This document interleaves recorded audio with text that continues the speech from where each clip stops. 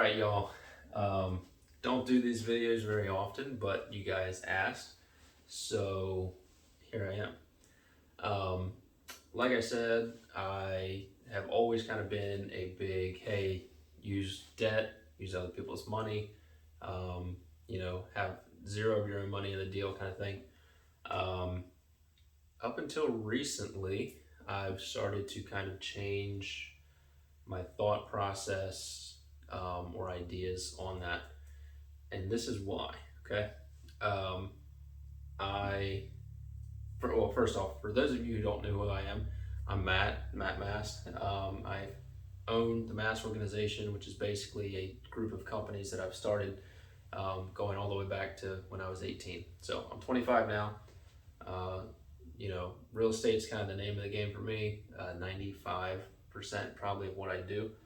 Um, Started out with flipping houses, got into building houses, then developing residential communities, buying apartments, stuff like that. So, anyway, um, right here on this screen, I've got a kind of a breakout chart, spreadsheet, if you will, of some of the numbers that I've kind of put together um, to show this. But this is going to be the long and short of it, just so you kind of understand. So, for example, I have a development right now. I have half of it left. I built out and sold the first phase already. But the second phase, so this is residential development. All right. Hopefully you guys can see that. So let's just take, in this example, I'm going to use one street. One street has 12 houses on it. All right. So 12 houses. And if you look here in this spreadsheet, I basically have it broke out in, hey, this is the number. So in this case, we have 12. This is the equity or cost that it takes for me to basically construct that house, from laying the foundation all the way up to finish. Kind of what our sales price is, what I will take home from closing if I use zero debt on the deal, kind of what that increase is, and then we got totals in the bottom. So simply put, for each house that I do, it takes roughly, a little bit less, but let's just call it 140,000. That's what it cost me, to build that house from the ground all the way up, final CO, ready to go to, to the end user. So it cost me 140,000, which normally I would finance 100% of this. Okay, that's normally what I do, and I'm selling them for 325K. All right. So basically, by investing this number here, or spending, this is what I spend, this, I can achieve this sales price. And what I've found is that if I have zero debt on a property, like a house that I built and go to sell, I actually take home, after my realtor commissions and closing costs, fees, all that, I actually take home about 93% of the sales price. Okay.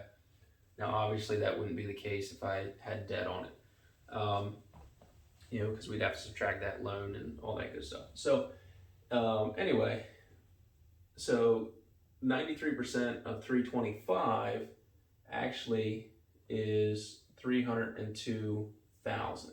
So this is what I take home. I get a check or a wire or whichever.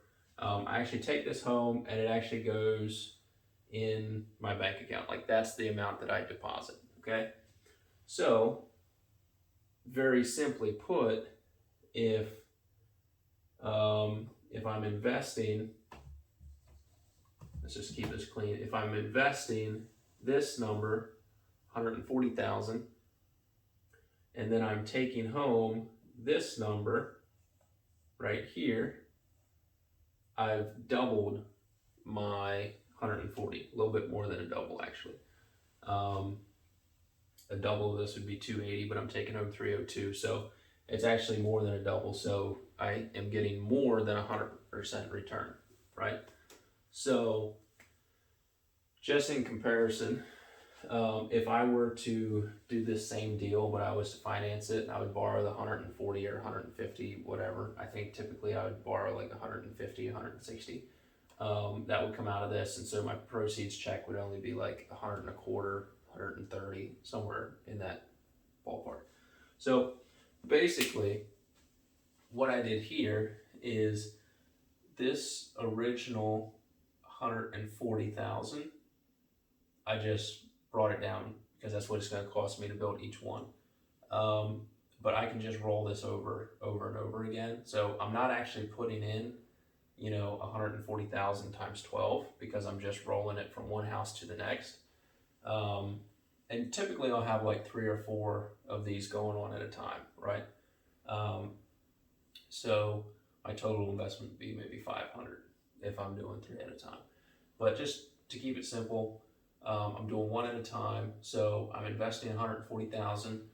I'm bringing home 302,000, and this is typically like a 90 to 150 day cycle. I think my record right now is building a house in 76 days. Obviously they don't all go that fast, but ideally we keep it 90 days or less to actually build the house, and then close within a week or 2 after. So let's just say that it's 4 months cycle, right?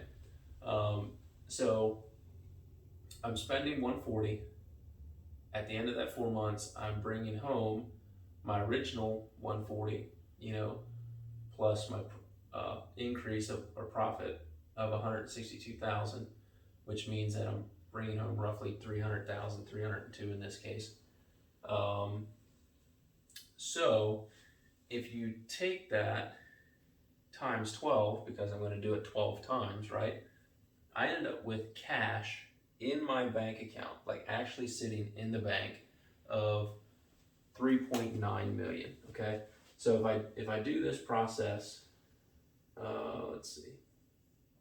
So if I do this process, I'm going to do it 12 times. I'm going to end up with, here, let's just do this. This is the bank, right? This is the bank. So if I do this process 12 times, which in this case I have 12 lots on that street, so I'm going to do it 12 times, I end up with $3.9 million sitting in the bank right here.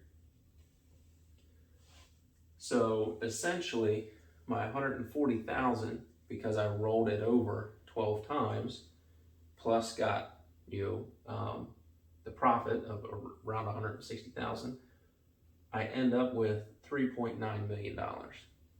And I never realized this because the way I originally used to do these is I'd be like, okay, look, I already own the land, I put the infrastructure in, which I borrowed money for. So I would have $47,000 pay off for the lot, and then I would borrow about $150K construction loan. This is construction. Then I have some other fees in there of about 23K. Yeah, about 23K. These are closing costs. So basically I'd end up, let me see, 190, 197, 200. Let me see, 190. So I'd basically be paying off at closing. Let me see, my sale price is 325, right?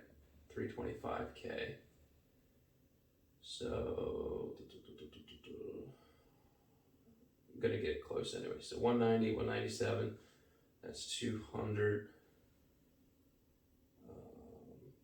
It's 9, 10, 11, so that's 11. So So basically my payoff was 210K. This is my total payoff, right? So we're gonna take my 325K, that's my sales price, minus the 210, which is basically my payoff for the lot, the construction loan, closing cost, all that good stuff.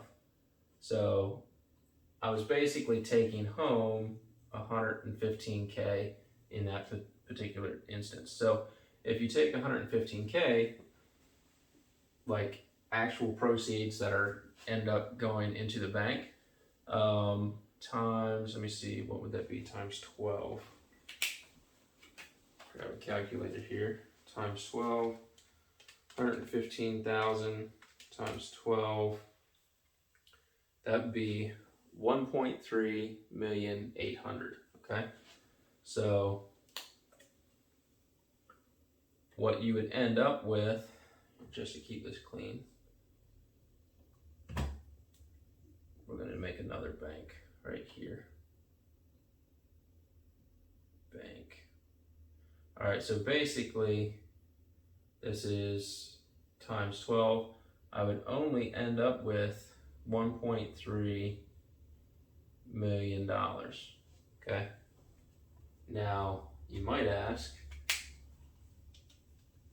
how the world is it that selling the same number of lots or houses for the same number, like for the same sales price, and you know, our build cost is the same, our closing costs are the same. Why is it that if I borrow money to do these 12, I only end up with $1.3 million in cash after the fact versus 3.9 million? That is kind of what blew my mind. And you might want to, or you might ask questions like, okay, but wait a minute. Here I'm using somebody else's money for basically this whole thing right here. This is somebody else's money. So OPM, right? That's a fancy term that everybody likes. OPM. So you're like, hey, but you didn't use any of your own money and you ended up with 1.3 million. That is true. Your ROI, insane, right? Out the door.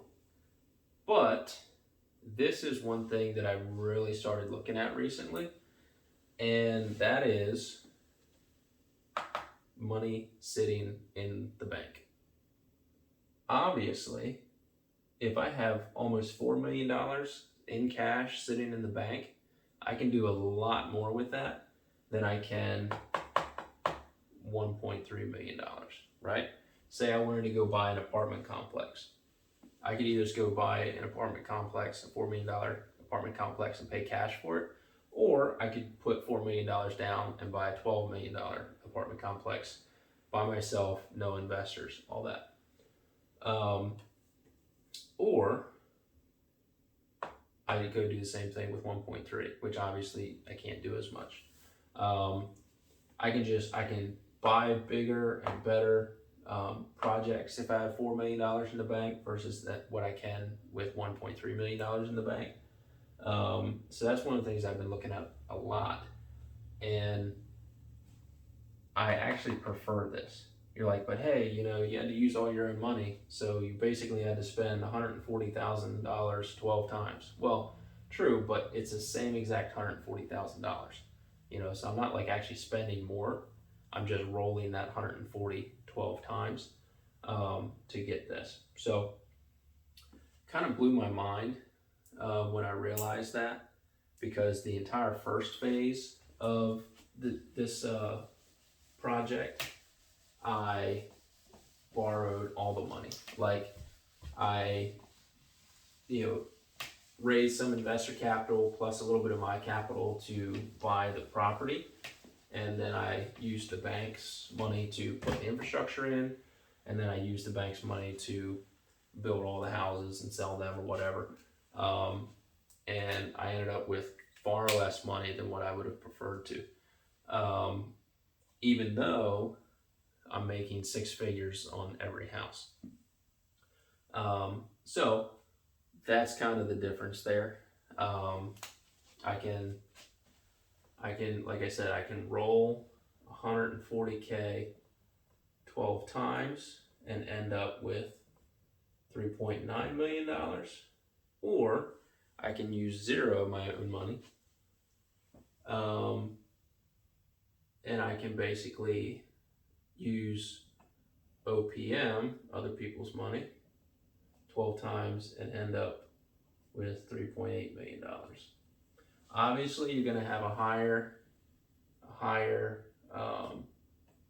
ROI doing it this way, but like I said, ROI means very little compared to money in the bank. Money in the bank, right? Oops. Money in the bar. Money in the bank. And this is why.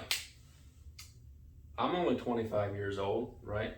I've done pretty well, but I've never operated through a recession.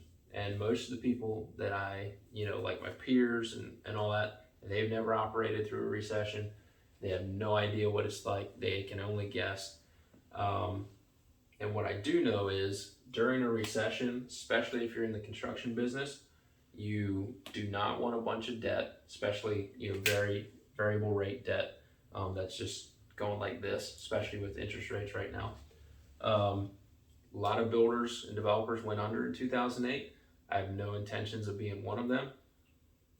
And also, when you have a lot of cash in the bank and you don't owe money, right? You're in a very, very strong position to take care of or take advantage of opportunities that most other people can't.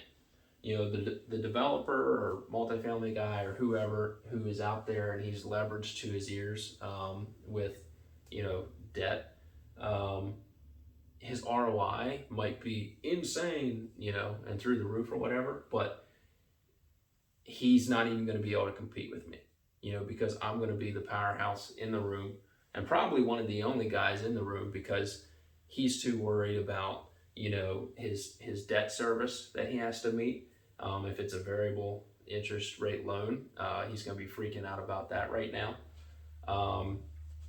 He's going to have far less cash, because he's got to service all of his liabilities, and all that. So basically, I'm in a much stronger position than what he was going to be.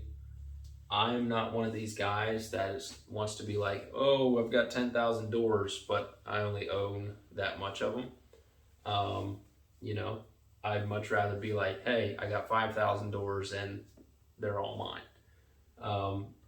My cash flow is going to be bigger. My net worth is going to be much higher. My cash in the bank is going to be much higher. I'm going to be overall in a much better position than the person who is doing it all with other people's money. So yeah, ROI is great, but at a certain point, what's the point? ROI does not translate to dollars in the bank. And the truth of it is, when it all boils down, it's going to matter more the dollar amount in the bank account rather than, oh, I have 150% ROI on this. That's fine. I can take a $2 product and go, sell it for $6, right? And be like, oh my goodness, my ROI is insane. Well, it is, but you still only made $4. So I'd much rather, like I said, have money in the bank in a much larger quantity than, impressive ROI number, because I can't pay my bills with ROI. I can't buy other projects with ROI, and I can't pay my expenses with ROI. But I can do all that with money in the bank. So that's how you take $140,000 and turn it into $4 million. And it's actually very simple, very, very simple. You just roll it and roll it and roll it. Obviously, some people are going to be like, well, what if I need to live on part of the profits? Okay, that's fine. I'm in a position where I don't have to live on any of the profits. Um, my living expenses are down here, and my income is way up here. So that's just not something I got to worry about right now. So anyway, turn $140,000 into $4 million, actually sitting in the bank. That's how you do it.